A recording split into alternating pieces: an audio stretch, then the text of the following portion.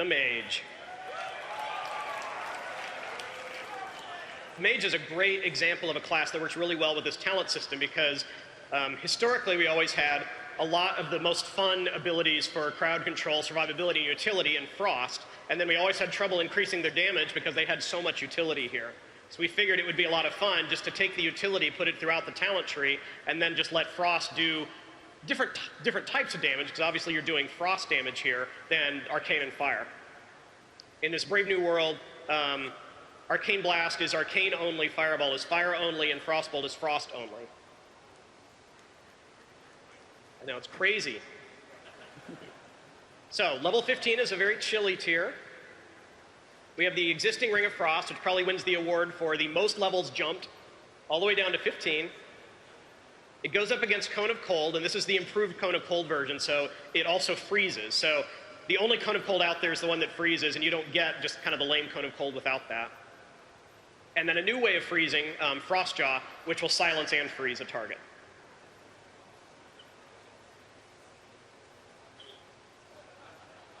Okay.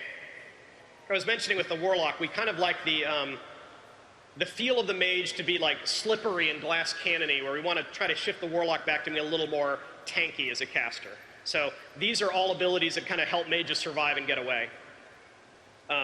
Greater invisibility is an upgrade to invisibility. It doesn't, in this case, it doesn't really replace invisibility. It just makes your invisibility more powerful. But the key here is it removes the 2 dots.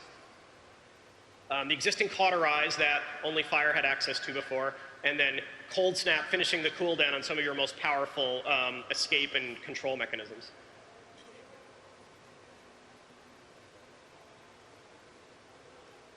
Okay, 45 tier is about movement.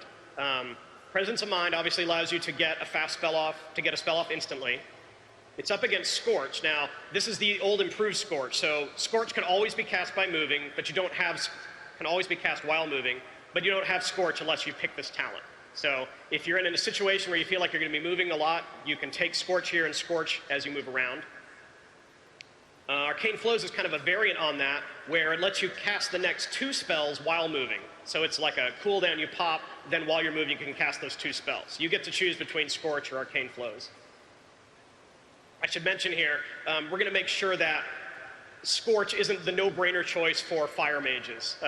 We're not going to have to worry about, oh, well, Fire Mages buff all their fire damage, so of course they're only going to take Scorch. We want these to be attractive to any of the 3 specs. Okay. Level 60 is another kind of escape and control level. We have the Mana Shield here, but it has Enchantress Absorption baked in, so when the shield is destroyed, it does a knockback. Up against Blazing Speed, which lets you move faster a short period of time, and then Ice Barrier.